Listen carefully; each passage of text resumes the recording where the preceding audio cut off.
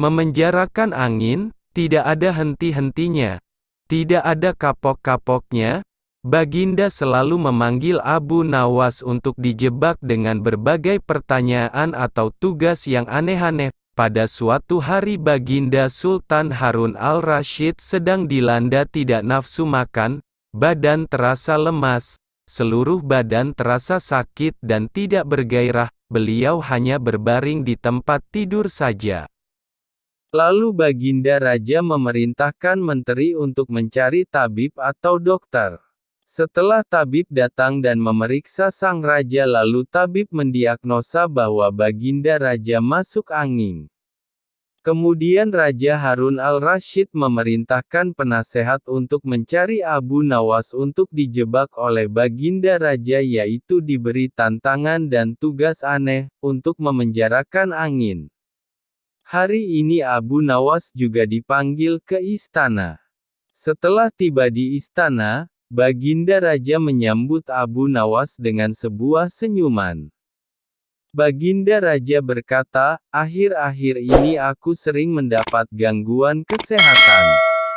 Kata tabib pribadiku, aku kemasuk angin," kata Baginda Raja memulai pembicaraan. "Ampun tuanku, apa yang bisa hamba lakukan hingga hamba dipanggil?" tanya Abu Nawas. "Aku hanya menginginkan engkau menangkap angin dan memenjarakannya," kata Baginda. Abu Nawas hanya diam.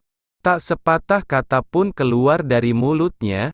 Ia tidak memikirkan bagaimana cara menangkap angin nanti, tetapi ia masih bingung bagaimana cara membuktikan bahwa yang ditangkap itu memang benar-benar angin.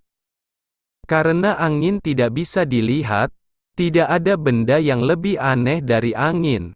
Tidak seperti halnya air walaupun tidak berwarna tetapi masih bisa dilihat, sedangkan angin tidak. Baginda hanya memberi Abu Nawas waktu tidak lebih dari 3 hari.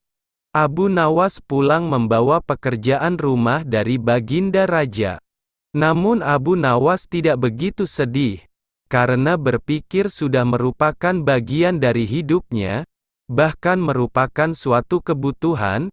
Ia yakin bahwa dengan berpikir akan terbentang jalan keluar dari kesulitan yang sedang dihadapi, dan dengan berpikir pula ia yakin bisa menyumbangkan sesuatu kepada orang lain yang membutuhkan terutama orang-orang miskin, karena tidak jarang Abu Nawas menggondol sepundi penuh uang emas hadiah dari Baginda Raja atas kecerdikannya.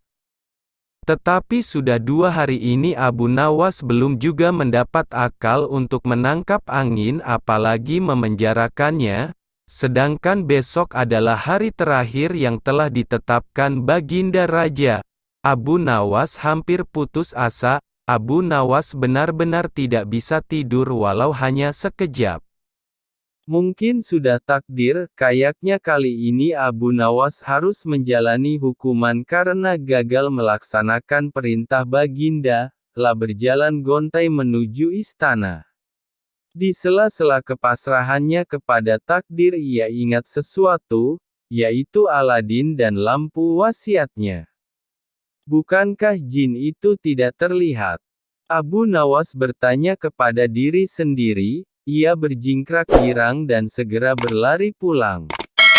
Sesampai di rumah ia secepat mungkin menyiapkan segala sesuatunya kemudian menuju istana. Di pintu gerbang istana Abu Nawas langsung dipersilahkan masuk oleh para pengawal karena Baginda sedang menunggu kehadirannya. Dengan tidak sabar Baginda langsung bertanya kepada Abu Nawas. "Sudahkah engkau berhasil memenjarakan angin, hai Abu Nawas?" "Sudah Paduka yang mulia," jawab Abu Nawas dengan muka berseri-seri sambil mengeluarkan botol yang sudah disumbat. Kemudian Abu Nawas menyerahkan botol itu.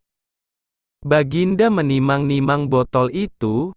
"Mana angin itu, hai Abu Nawas?" tanya Baginda.